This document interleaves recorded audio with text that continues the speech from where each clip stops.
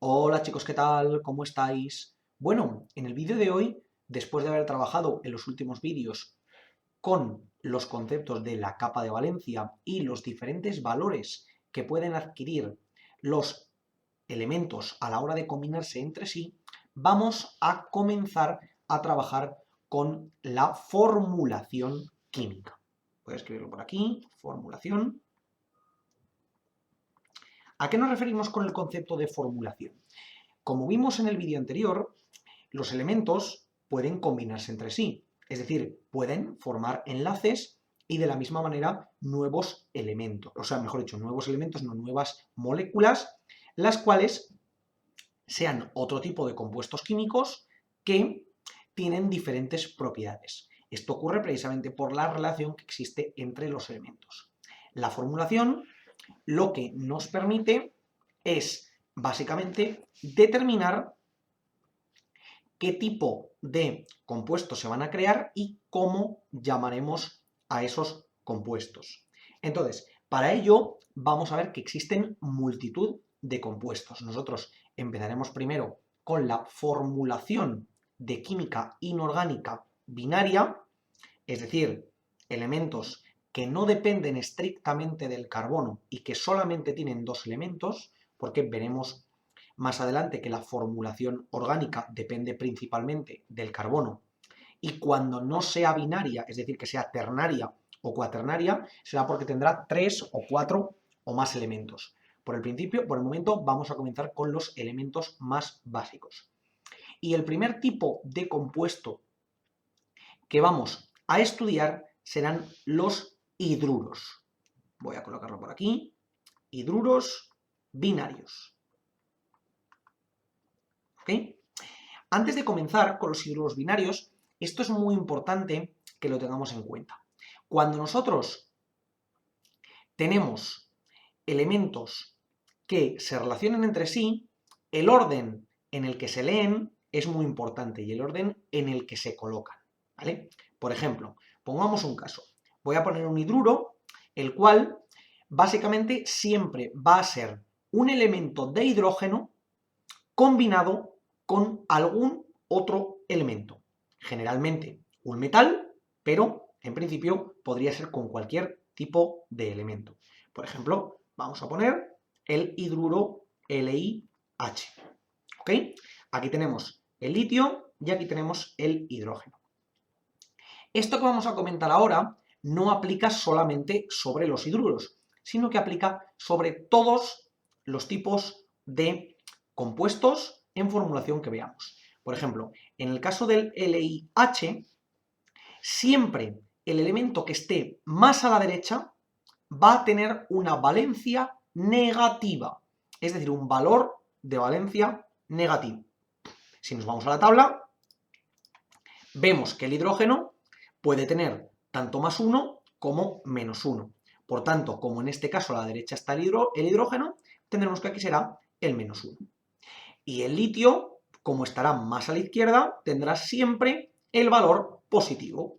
El litio sabemos que tendrá valor más 1. ¿Ok? Por tanto, volvemos aquí y más 1. Y diréis, bueno, pero nosotros ya sabemos que el litio tiene que ser más 1 porque es el único que tiene. Sí, eso es cierto. Pero el hidrógeno no es el único valor que tiene el menos 1. También puede tener el más 1. Por tanto, para saber cuál de ellos es el que le corresponde, siempre lo pondremos de esta manera. ¿Ok? Este elemento que tendremos aquí se leerá como hidruro de litio. ¿Ok? De esta manera podremos determinarlo.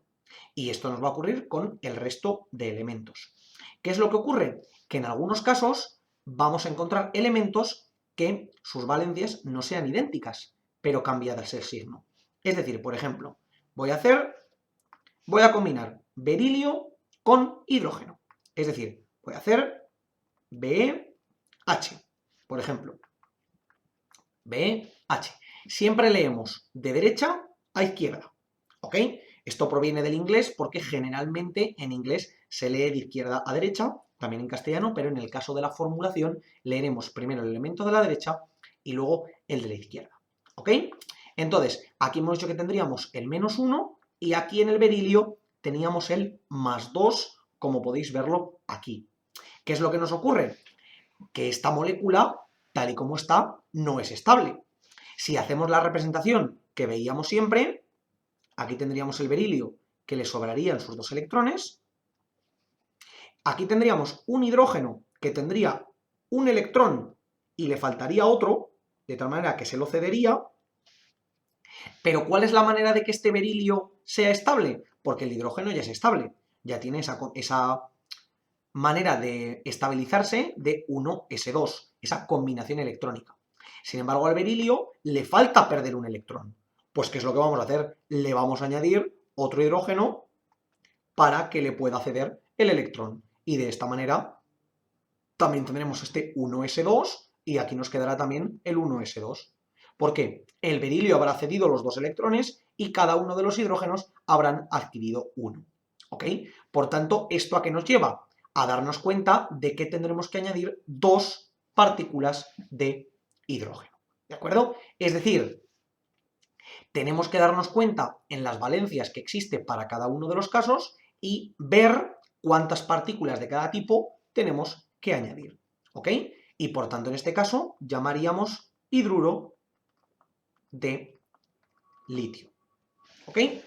Vamos con otro caso que veremos aquí. Por ejemplo, vamos a coger un elemento que podría ser, por ejemplo, el cromo y vemos que tiene varias valencias. Pues vamos a coger, por ejemplo, la valencia número 3.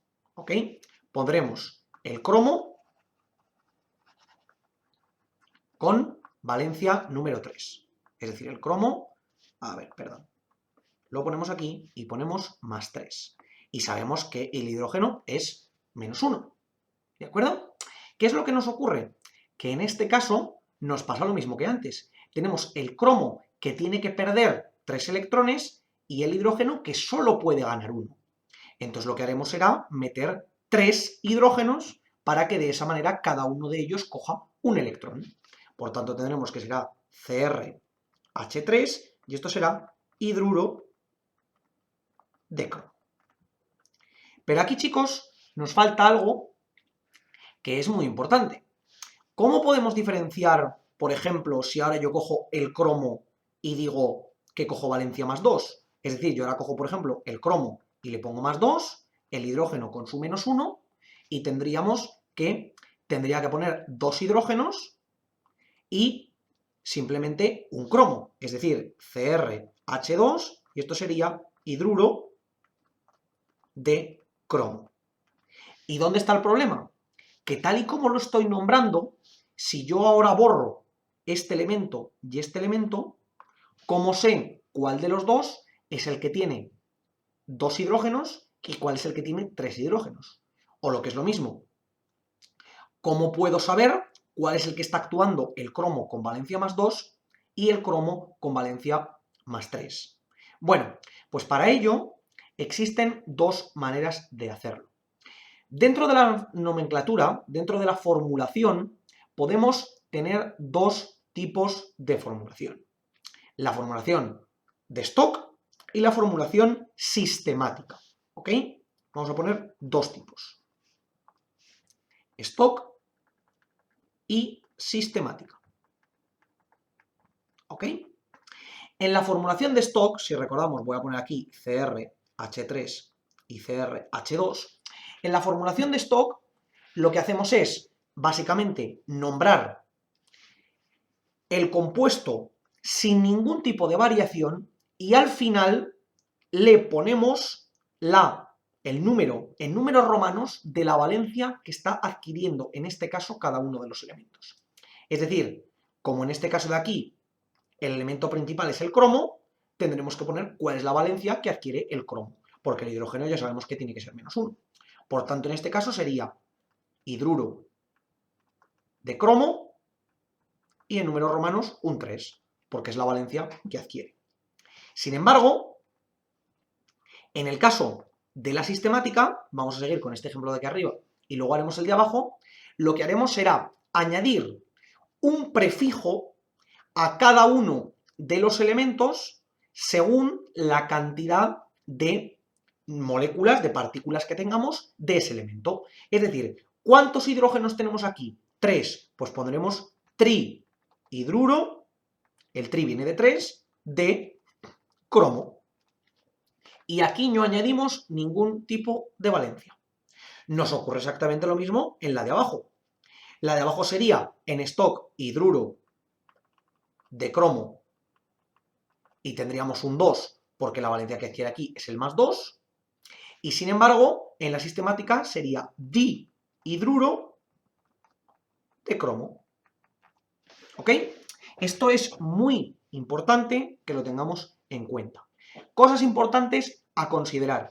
Aquí, en la sistemática, tendremos que añadir el prefijo tanto si existiera en el caso del hidrógeno como si lo tuviéramos en el cromo. Si por lo que quiera que fuese tuviésemos más partículas de cromo que una, también tendríamos que, por ejemplo, trihidruro de dicromo, por suponer que tuviésemos 2. ¿Ok? Y en el caso de la formulación de stock, solamente es necesario poner la valencia en caso de que el átomo tenga más de una valencia de ese tipo. Es decir, por ejemplo, cuando veníamos aquí a la tabla, nos decían el cromo tiene más 2, más 3 y más 6. Pues entonces yo tengo 3 tipos de hidruro de cromo. Tendré estos dos y luego el hidruro de cromo con valencia VI, que sería 6, que sería formulado CrH6.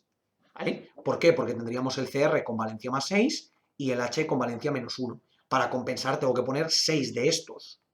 ¿Vale? Si hiciéramos el diagrama, tendríamos básicamente que nos sobrarían un montón de electrones y tendríamos este con este, aquí otro hidrógeno con este, aquí otro hidrógeno con este, aquí otro con este, aquí otro con este y aquí otro con este. Por tanto, tendríamos 6 hidrógenos. ¿De acuerdo? Entonces, por eso es por lo que formularíamos de esta manera.